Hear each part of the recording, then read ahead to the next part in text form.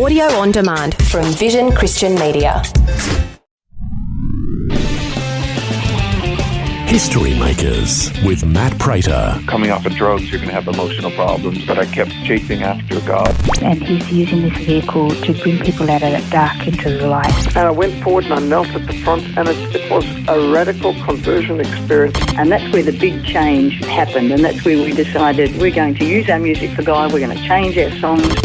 When I was about 25-year-old, I was busted and into jail, and it was there that I came to the Lord. History Makers with Matt Prater. Hi, and welcome to a special edition of History Makers. Today, Matt Prater chats to some of the cast members of The Chosen: Noah James, Paris Patel, Vanessa Benavente, Abe Buno-Jalad, and Yasmin Bastami, and also Brandon Potter. We begin with Matt chatting with Noah and Paris.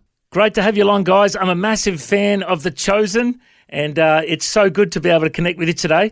Can you please tell us, what is your role in The Chosen? Yes. Well, I play Andrew, often known as the first called disciple. And to me, I tend to call him Andrew the Great. And I think every other person does as well. Go ahead, Paris.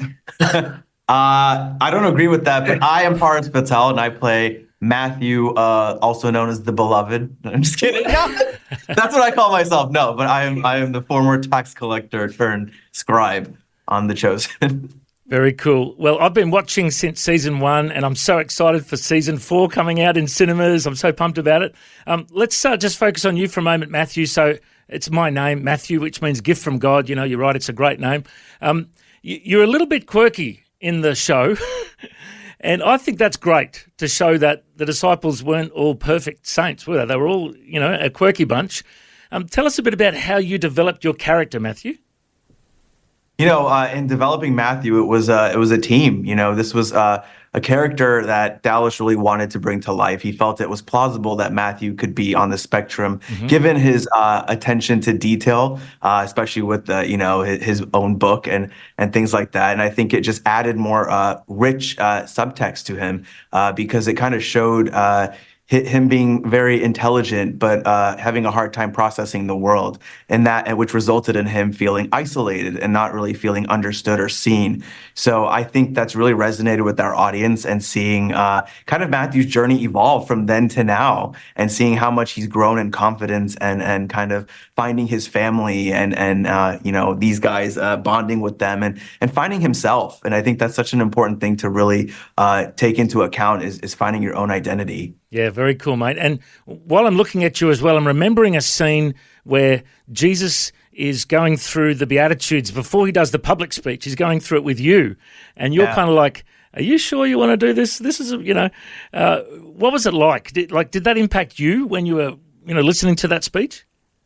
Yeah, it's funny because we were doing the scene, and it was so cold in Utah, and the sun was setting, and it was beautiful, and I just I thought I was freezing, but I realized I was just holding in uncontrollable tears during that moment, because it was so beautiful to have those Beatitudes read out and have it kind of, picture it relating to each disciple in each moment. I thought that whole scene was so important for Matthew's storyline that season, because I think it was a moment that Jesus wanted to have with Matthew to make him feel accepted, because the disciples weren't really welcoming him in that season. Yeah. So that moment was so beautiful to have that one-on-one time, just kind of how like a lot of people want to feel like they see Jesus authentically and have that one-on-one time with him. So it was a very special moment for Matthew, and a special one to film. Oh, very cool. Now, I've interviewed George Xanthus, who's John the Beloved, and he's a good Aussie bloke.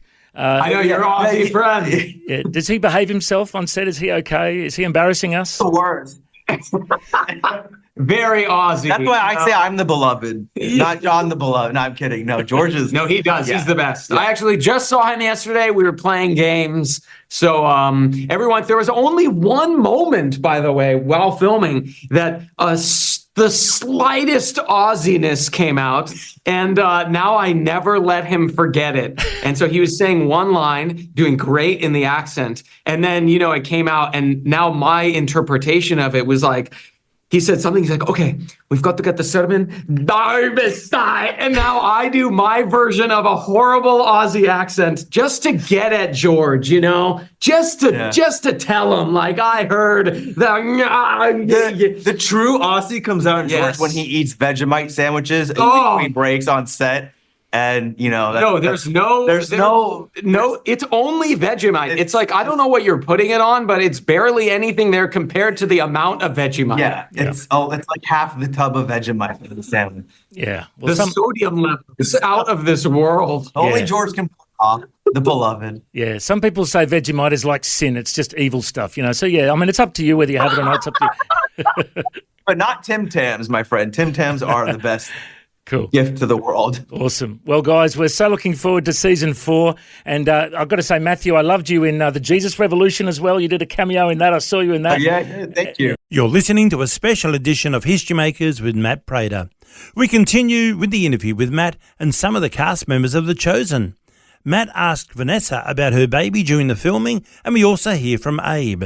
My baby was 10 months old at the time, and I just had a very visceral reaction to what she was going through. Like, I think I understood the stakes and what I had to bring to make this scene very real and believable. And it's, to this date, I think the best audition I've ever done.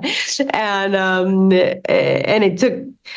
I thought I would get a callback. A callback is like a second audition where you meet the producers and the director.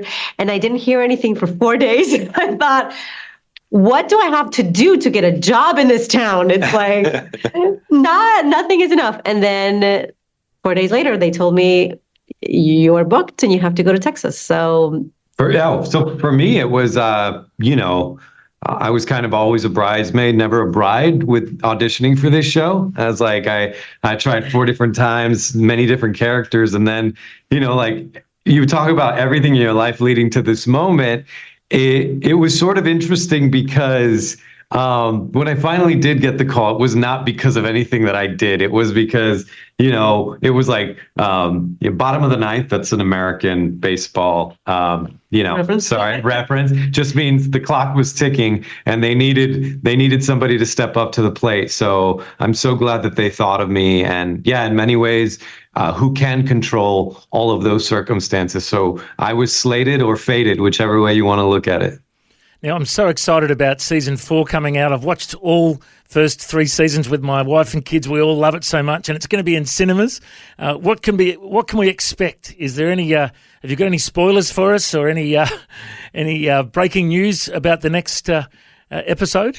Well, as you know, we're halfway through, so without giving you any spoilers, I'm going to leave it up to the excitement of the fans to decide where exactly, how do we go and how do we get to the place that we know we're all going. And I think season 4 is going to give you a little bit of the taste, and some of it is going to be really sweet. Some of it might be bitter. And do you guys have like a favorite scene from the last few series? Like, I love the Sermon on the Mount. I love the moment when Jesus met Mary Magdalene, when Jesus healed the leper. Like, there's so many great memories. Do you guys have a favorite one that stands out for you?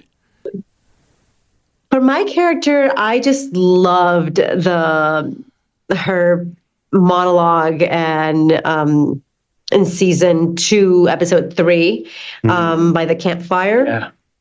I felt like that's such great writing, and it's not easy to hear in a TV show, to hear, especially not from Mary Mother, to hear about her own feelings and even frustrations with her relationship, in regards to the relationship with her son, right? And I felt like that was so universal. Even to this day, I've gotten messages from both mothers and fathers, because they're all empty nesters, and they feel that connection with their kids is somehow not lost, but not as it used to be, and it hurts. It breaks their heart.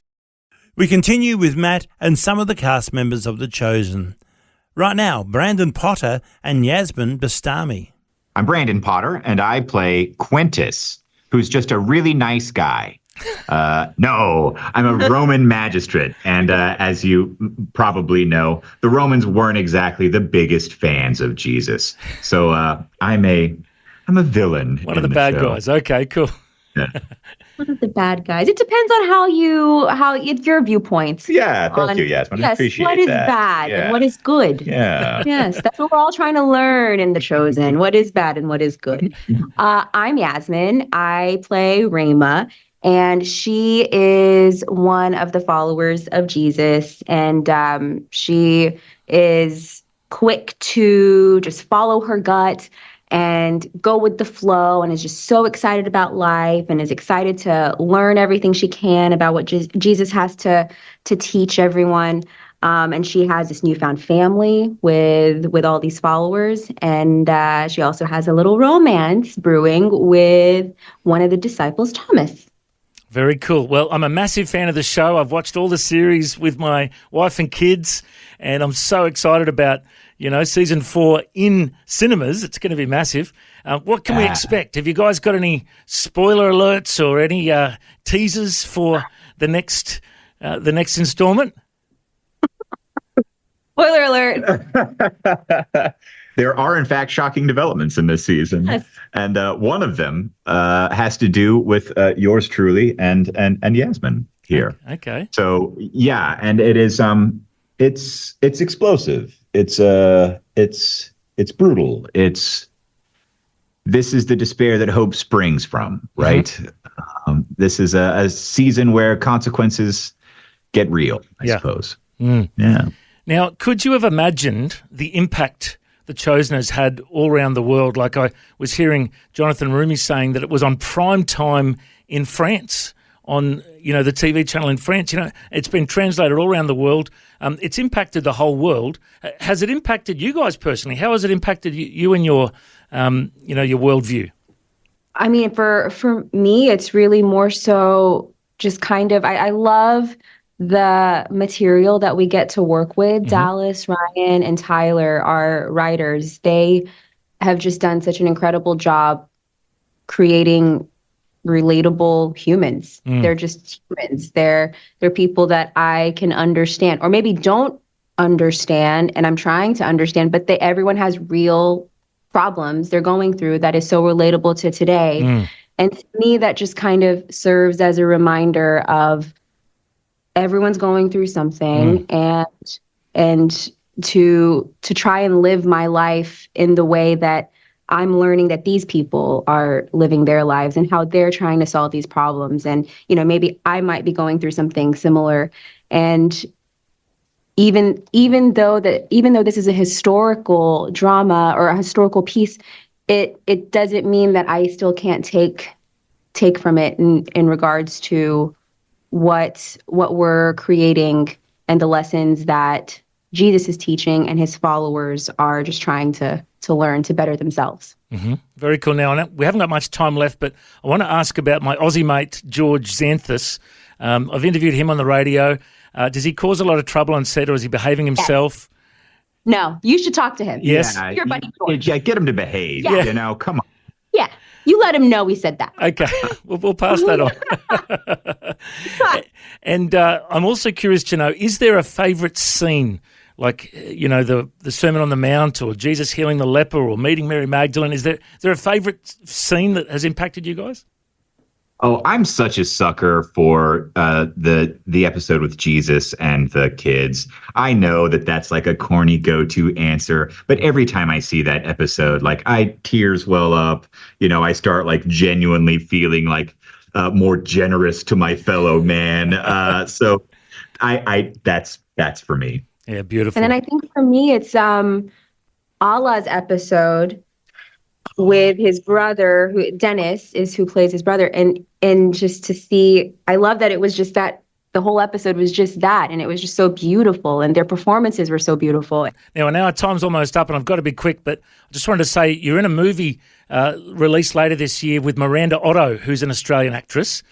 Oh my gosh, yes. She's related to my wife, so we're basically cousins, you and me. So yeah, so you need to come down and visit us in Australia one day, hey? Let's go. Hopefully sooner rather than later. Send the request.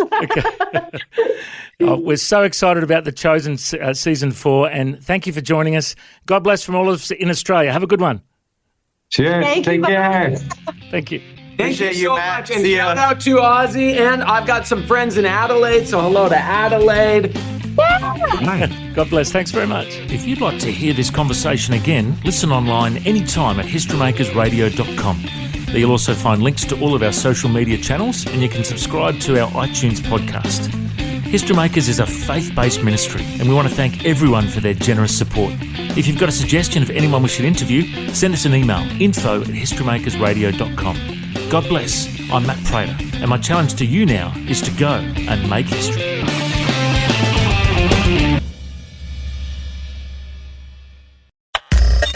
Thanks for taking time to listen to this audio on demand from Vision Christian Media. To find out more about us, go to vision.org.au.